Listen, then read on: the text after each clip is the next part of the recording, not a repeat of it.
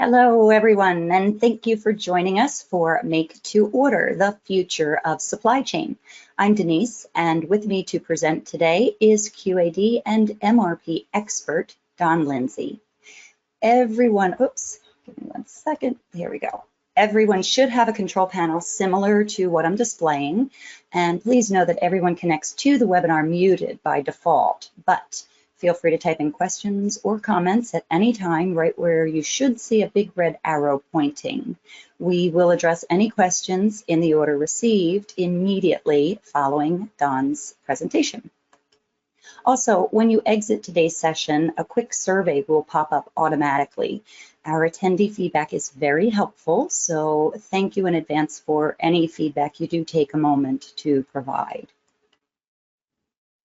Finally, as soon as the recording of today's session is published, I will send out our encore email.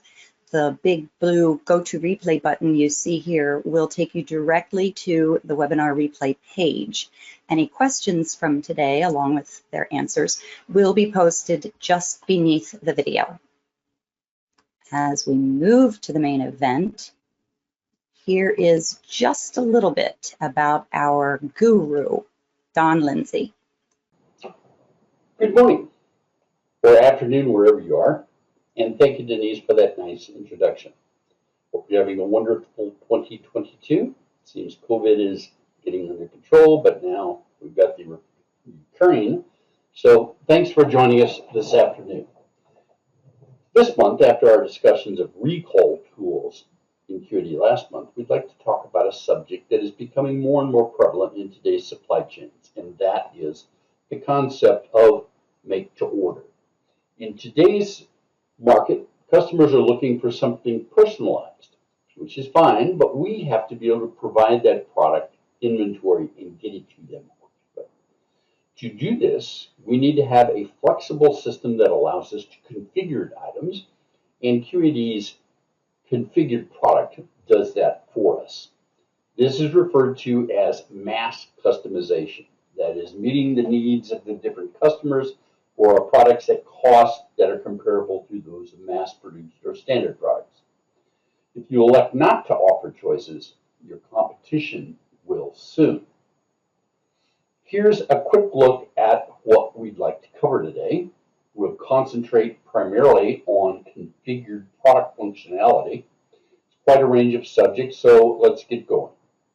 Lots of new terms to learn and become familiar with when we're talking about configured sales order processing, ATO, FAS, kits, etc. There's lots of products that are offered today in complex configurations, from pumps to electronics to machines. It's even creeping into life science and food. Lots of different products lend themselves to configuration or mass customization. I'm sure one or two of your products might also. Joseph Pine, in his book Mass Customization, The Frontier of Business Competition, points out 5 levels of competence that organizations exhibit in make-to-order environments. This ranges from no customization all the way to where the entire supply chain network is transparent to the customers. Customized artificial intelligence, Internet of Things, CAD, CAM, ERP, CRP are all used by you, the customer, and you and your suppliers to design their products. Mass customization over the entire supply chain requires companies to understand their networks, but this is the future. There's some challenges we face with make-to-order functionality as products proliferate and complexity increases.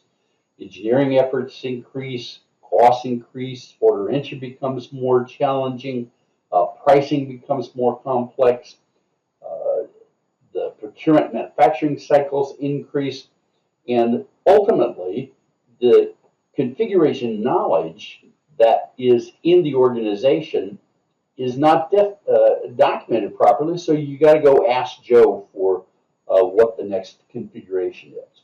So again, I refer you to Eric Kimberlin and his discussions of digitization.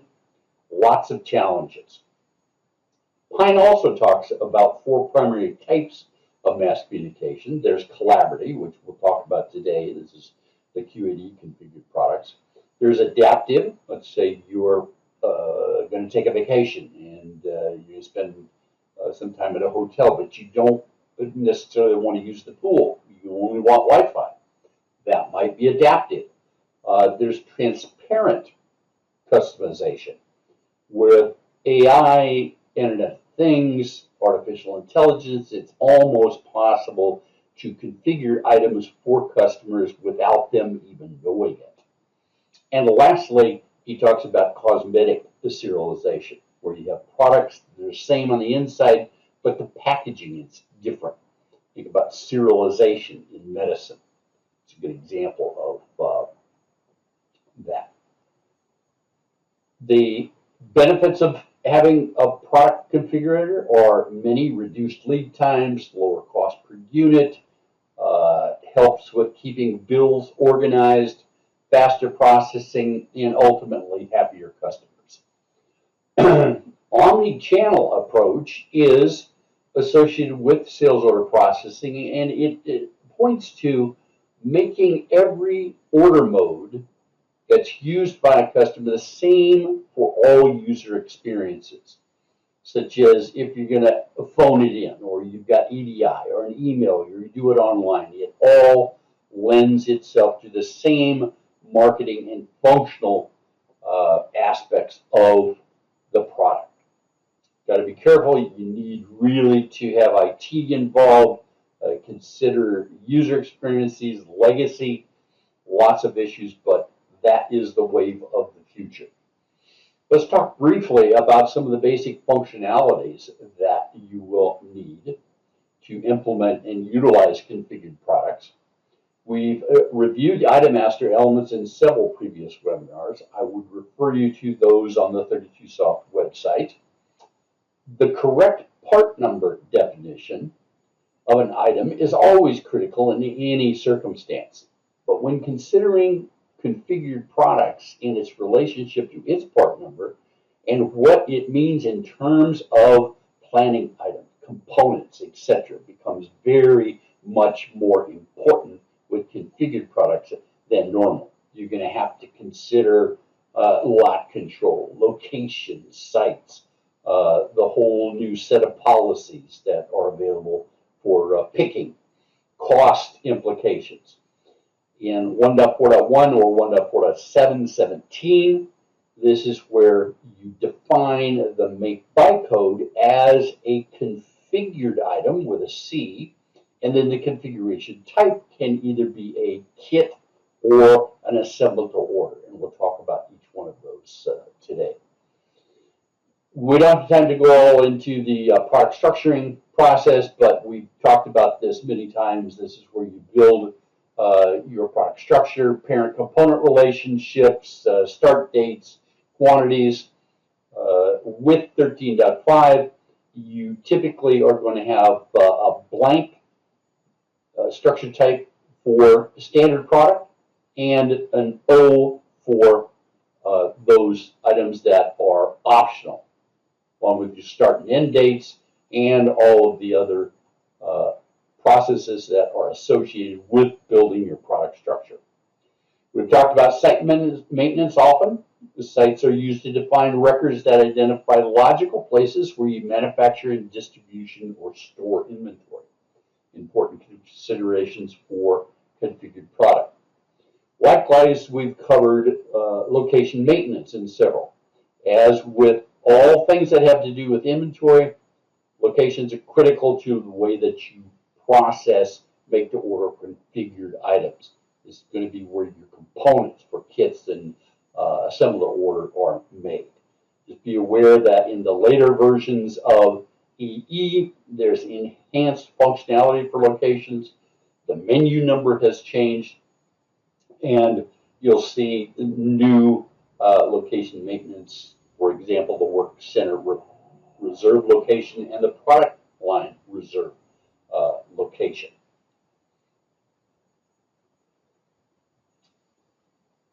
In order to have accurate costs for your make-to-order products, Proper definition of work centers and the assignment of run and setup rates in your routing could be important to your environment.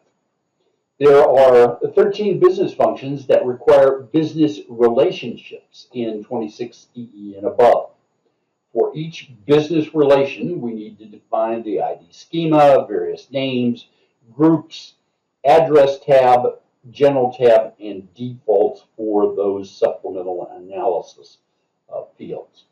The 27.20.1.1 customer create and 27.20.2.1 customer ship to are two of the functions that require the business relationship. You can look at that URL there to get a bigger view of business relationships off the website.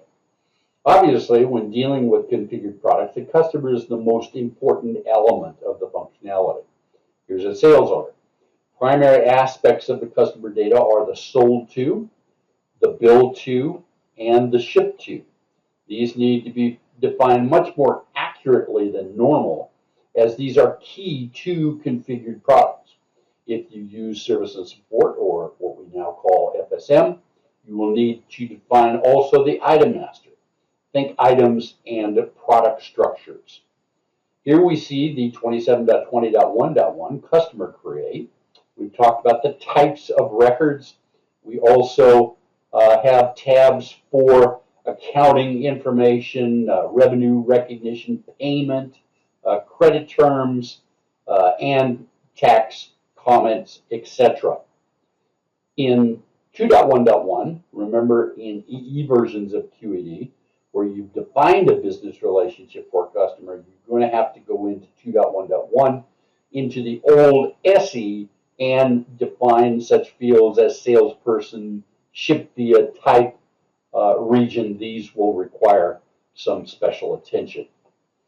We've all seen the Apex body of knowledge flow diagram. Configured products involve all areas of the organization, from engineering to operation to sale to inventory to cost. So everybody needs to be taught what configured products are. It's important that you understand the flow of the information through your organization ERP process to properly configure and execute configured products or mass customized products. Sales order play a central role in making sure that the sale is well documented, properly conducted, and reflective of what both sides are expecting. Remember, the sales order is a legally binding contract between the buyer and the seller. Such terms as quantity, order date, delivery, other customer requirements. I've been party to a couple of legal disputes for product, and it's not fun if these are not defined accurately.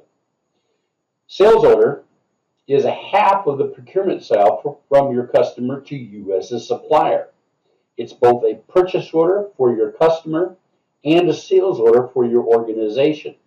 It also becomes an invoice or the financial tool that is used between those two parties of the sales order.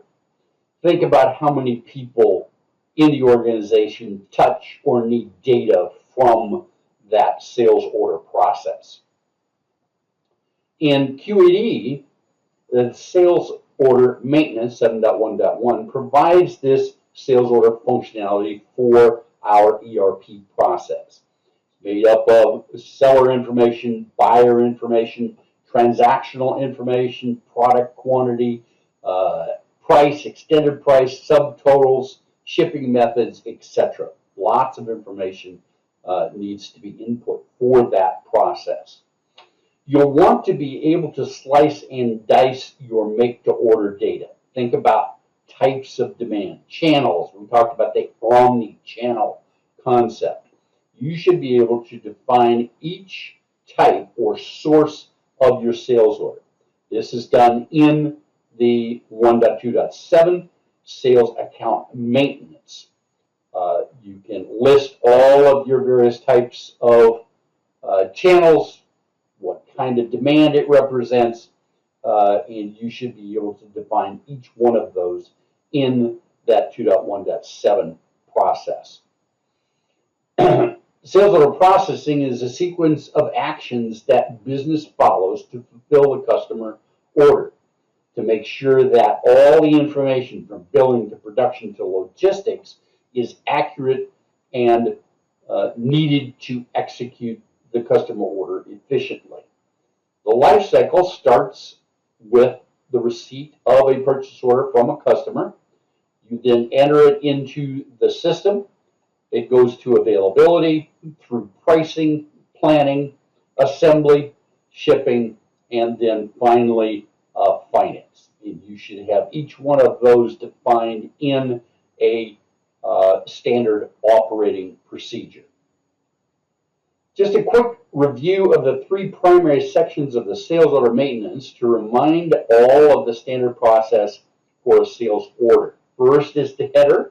Then we have the line information, lots of activity going on in there. And then we have the trailer information.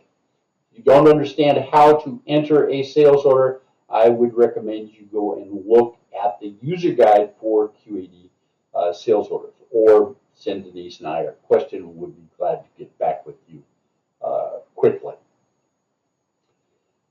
So what is a sales order? Once you have your process defined and each order confirmed by your team, you need to respond to the customer and provide a sales order acknowledgement. This is the final agreement between you and your customer as to what you're going to supply. Think about the discussion last month about recalls. We just got hit with another recall for our Hyundai. There's 50,000 additional vehicles that are being recalled by Hyundai because it could explode on fire when it's not even running. So you need to be able to define how that, and this is done in 7.1.3, sales order print. Here's an example of it. You can make it look pretty if you want to, and it basically is the agreement between you and your customer. Lots of issues with sales order processing, especially in a configured environment. You need to be aware customers are going to change their mind. You can have errors enter into the order entry process. We hope that this configured products kind of mitigates that. Engineers always changing their mind about the design, the options that are available. Then the whole question of operations and inventory planning. How many times have we talked about shipping information, financial, invoicing, cost of goods sold? You need to look at each area and be aware of how it affects your configured products. Now that we looked at a little background data required for configured products, let's look at the sales order process in QAD. QAD provides or addresses configured products in basically two ways. The first is referred to as configured products, and that's what we're going to concentrate on today. There is a more robust version of that called the configurator, which is a rules-based configurator. We'll try and cover that a little bit later in the year, but that is an exciting tool to get our hands on. As with most functions in QAD, we need to look at and understand the control file for configured products. That is 8.24. You've got, first of all, how you're going to treat the receipt of final assembly schedule or assemble to order parts, either in a sales order. You can automatically record receipt on a final assembly work order, or you can receive the final assembly on the work order itself, either in 1611 or 1613.1 in the new production order receipt, or with the backflush possibility. The unit of measure can be set, standard unit of measure functionality. Let's say you ship boxes and you want to give them tubes. So you can set the unit of measure functionality for that. And then there's the capability of also doing automatic backflush when you do your sales order shipment or your pre-shipper confirmation. 8 configured products is fairly simple, straightforward. There's only 2 really maintenance functions in 8. Configured structure maintenance and release to production order. But there's a number of special reports and inquiries that you can go against: sales orders, sales quotes, etc. There are basically 3 aspects to defining a configured product. Number 1, setting up the parent and component relationships, or the parent component items in 1.4.1. Then you create the base product structure in your 13.5 product structure maintenance. And then you use 8.1 to define the feature set of your configured product. So the overall process is that you have to make some decisions about your configured product process in the control file. Then you define your items and your products. You create sales orders. Then you confirm the sales order. For ATO items, you process final assembly schedule orders. And then you finally ship the product. And you can do that optionally in a number of different ways.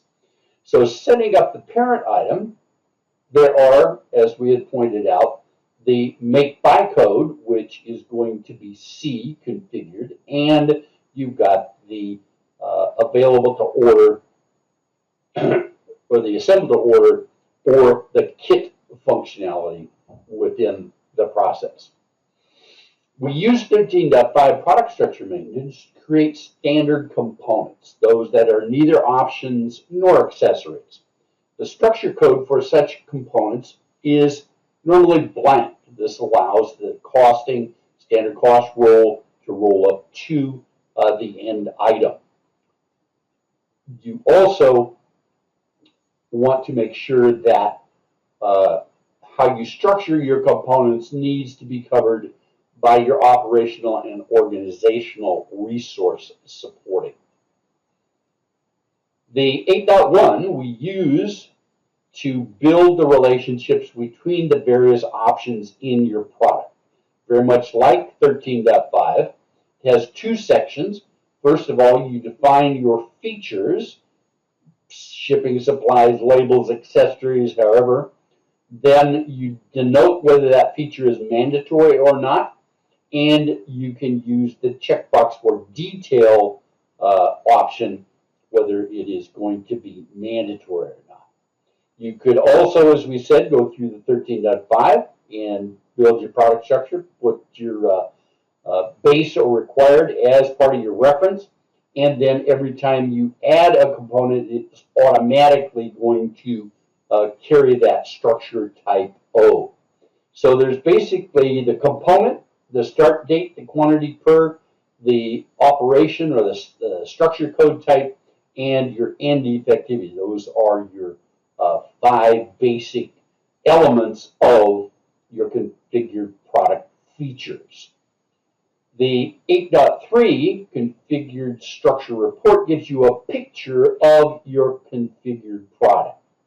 Special attention should be made to your feature codes, your mandatory or not, and default organizations. Before we start, I'd like to make sure that we have a good picture of the 2 sample bills that we're going to use for our demonstration. First is a kit where the parent number is 01011, as components 01012, 13, and 03040. And then we have an assembly, which is 60030, and its components are 60007, 60031, and 32. So you got a good picture of how those might appear. I'll go ahead on the assumption that you understand basically how to enter a sales order. We're going to sell a 0100 kit to 10C1001 customer. Again, if you don't understand, you can go look at the user guide. The sales order maintenance, the remaining frames are your tax information, your freight frame, beware of the checkboxes for consume forecast and detail allocation, and then your pricing date. So you want to pay attention to all three of those, and that brings us then to our sales order line.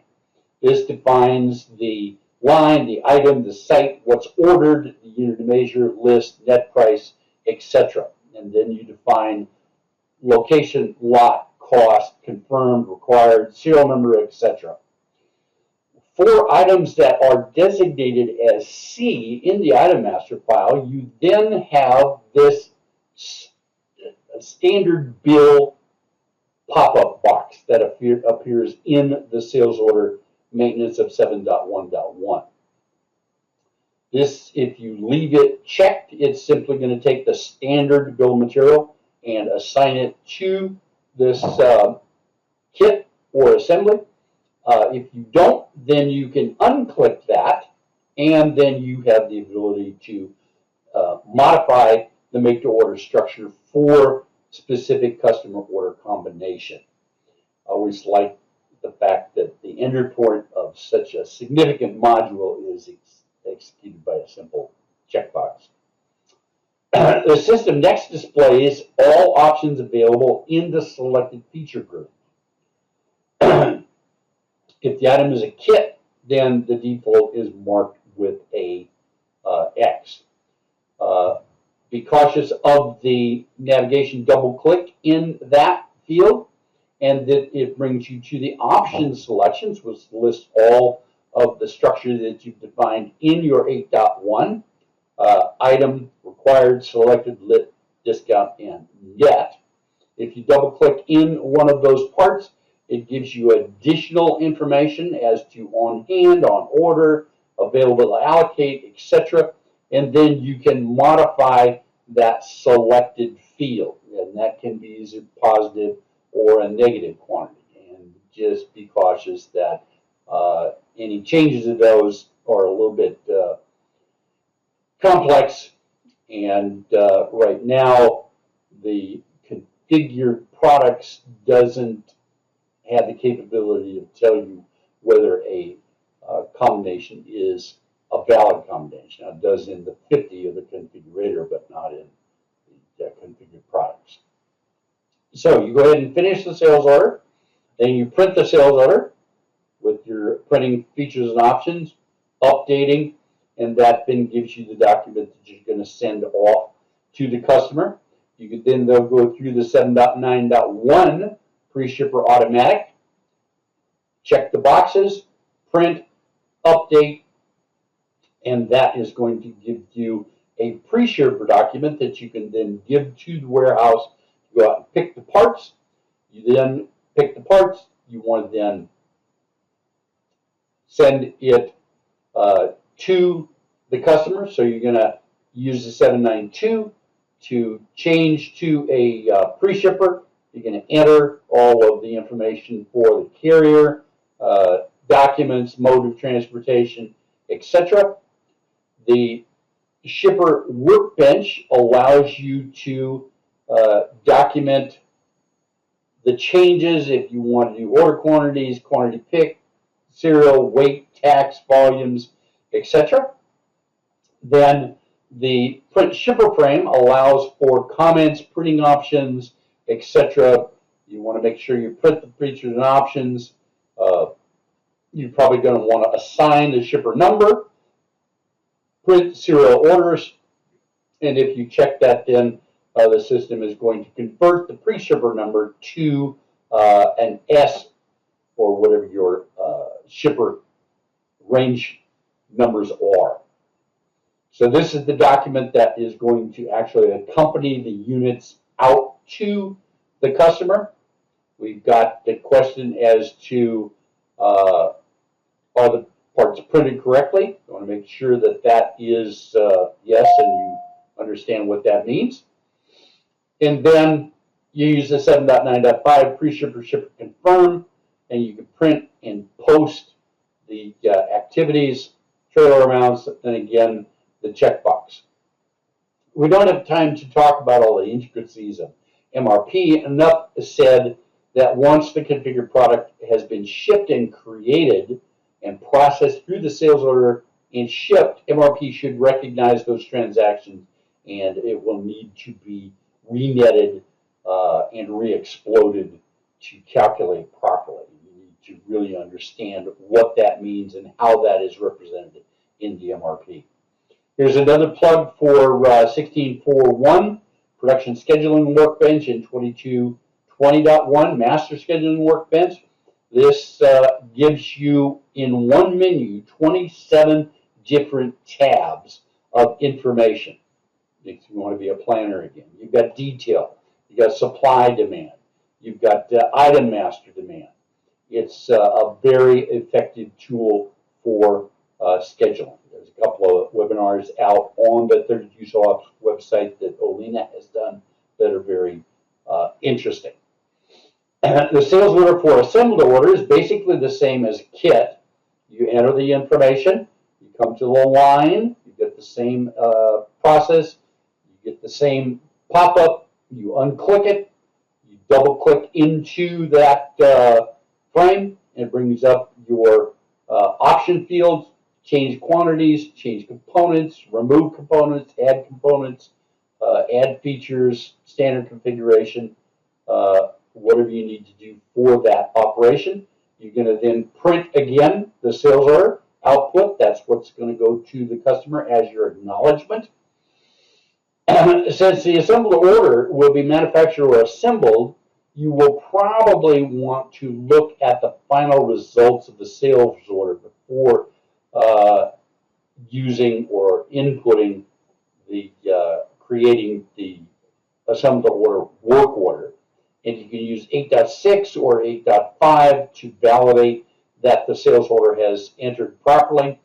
Just a few words about final assembly schedule work orders. When you use 8.13, sales order release to production order, the system is going to create a production order with the sales order dot the line as the work order or the production order process. There's some specific rules for modifying and editing configured releases. If you don't have a good feel for that, go into the training guide for configured product. That will give you a good indication of what you can do with that. It also will update the sales and job field in the production order. So 8.13 is this process that releases the sales order to the production order. Make sure it's released. Answer the question yes. As it says, it's going to be released as an F-type. You can only create final assembly schedules for ATO items. You could release it and backflush all the components on the shipment. It's recommended that if it takes less than 1 day to assemble, it should be a kit. There's some other considerations there, but that's a pretty good rule. Again, I talked about the processing should support your shop floor, your customer orders, the engineers, accounting, planning, etc. You can use the sales order due date to generate a kitting schedule for configured items, or you can use the 16.4.1 production order scheduling workbench to create a schedule for your end items. Here's just an example of the 16.3.1 production order. There's the production order with the sales order dot line, released as an F, always released as an exploded item, but you are going to go through the process of releasing it, adding components, labor possibly, and closing. This is one of the functions I really like in the later versions of the EE versions. The comments, you can always put up 99 pages of components. You've read a book on parts. Very, very handy for that. And then in 16.3.13, production order your comment, if you put in the ID of the purchase order or the production order, you can get a nice report. You can turn this into a browse. You can actually print out the data. It's very, very handy. Depending on your internal manufacturing flow and any required documentation, you may want to print a pick list for any configured-to-order manufacturing and production orders that are created. I've always found this particular menu a little bit intimidating. There are so many options, but you need to test and make sure you understand exactly what you're going to get out when you do this and send it to the printer. The 16.4.2 is going to give you an internal shop document that can contribute significantly to control of inventory and cost and administrative tracking of a configured-to-order product in your organization. You can also use the 16.5.5 production order pick list print. Again, depending on your internal structure, this is a fairly complicated process. We are going to have a webinar at the towards the end of the year that will talk about the whole production order, material management, pick list, allocations, etc. The 16.5.12, once the pick list has been processed through the warehouse, components are available for assembly and processing. So you use 16.5 to issue all of the components. The first option lets you define whether you're going to do allocated, open quantities, or whether you want to manually put it in. So you enter your components, denoting the location, the site, the quantity you're going to issue. You can display that if you want to, and then you've got the question that is confirming that the data is correct. Depending on how much control you want over your shop floor transactions, your assemble-to-order production orders, you can easily track most shop floor control activity with 16.13.13. We'll try and talk about this also towards the end of the year. And then the work order receipt 16.13.1, which used to be 16.11. This defines the quantity. I always think reason code helps with configure to order, and then you need to come to grips with who's going to check that little close checkbox. Does the warehouse do it? Does a manufacturing engineer have to review it? Should cost accounting approve it? Should a planner be responsible? So you need to come to grips with that business process. The receipt data, you can put in the quantity, site, location, change attributes, where you're going to store that particular item. So it's going to ask you whether you want to process it. Got another question on confirming. The 16.3.5 production order bill gives you good visibility of the status of components and orders. Either in a vertical or a horizontal, you've got quantity per, allocated, picked, issued, everything you want to know about the work order. As with any function that we've talked about over the last couple of months, being aware of being able to control the transactions associated with a particular function is critical to your success with your ERP system. 3.21.2 gives you that visibility.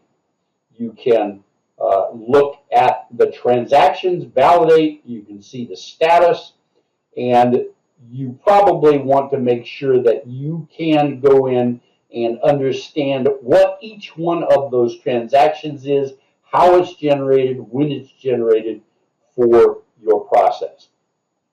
And remember, accountants need to report also. So for an ATO shipment, again, you're going to use 7.9.1. This is going to give you your pick list for the pre-shipper. Then you're going to convert the pre-shipper into a shipper. That is going to give you that shipper ID. Then you confirm everything's printed, Then you go into 7.5, pre-ship or confirm with your trailer values and process the shipment. We use 2513 7.1 journal entry view to view the transactions that have been posted to the operational and financial daybooks for the process. So what did we learn today? That we should be implementing a product configurator. Can help reduce lead times, improve quote accuracy, reduce communication errors, organize your BOMs. As I said, make-to-order configurations are the future. Most supply chains are affording customers more options and firming up processes for controlling costs. Sorry we didn't have time to cover the 50 rules-based, but later in the year when I get back from my Baltic cruise, we'll talk about that. Make-to-order requires a whole different approach to manufacturing. It will pay to increase your acumen of your business knowledge of mass communication by doing some research. First of all, I'd recommend you read Pine's book. The study website, there's a whole list of websites that you may find educational. There's lots of information on the QED Foreman, knowledge base, document, mug, wug, sug are all good sources of information. And just a word about 32Soft loaders. 32Soft offers several loaders around most QED functionality, from purchase orders to sales orders. Operating a modern ERP application needs lots of data. The 32Soft loaders help you get data in and out in a familiar Excel format. Makes it easy to process. There's a 60-day complimentary trial period, so you don't have to outlay any cost. Installation is very simple. Christian, Andreas, Elena are always there to assist, and the loaders all work with various versions from SA all the way up to the latest EE. So I went through, here are some of the loaders that you could consider that are specific to configured products. So we hope you've enjoyed this quick overview of QED's tool for the make-to-order environment. The world of supply chain is moving fast towards mass customization. QED offers two tools for that functionality. We continue to wish you the best in 2022. Hope things are going well for you and your family. Remember, MUG is having an in-person conference in Oak Hill on the 20th through the 22nd of March. And the West Coast User Group is having a one-day at the Delta Hotel in Santa Clara on the 14th. Please come by and support your user groups. Please contact myself or Denise if you have any other questions after the webinar, and we'll be glad to get back to you as soon as possible. Thank you so much. Back to you, Denise.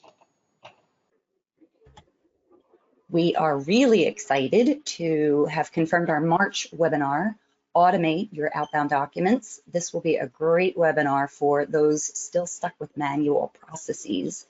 And March 9th is just around the corner, so you can look for your invitations early next week. And as Don mentioned, and we'll be preparing for, the QAD User Group conferences are fast approaching too.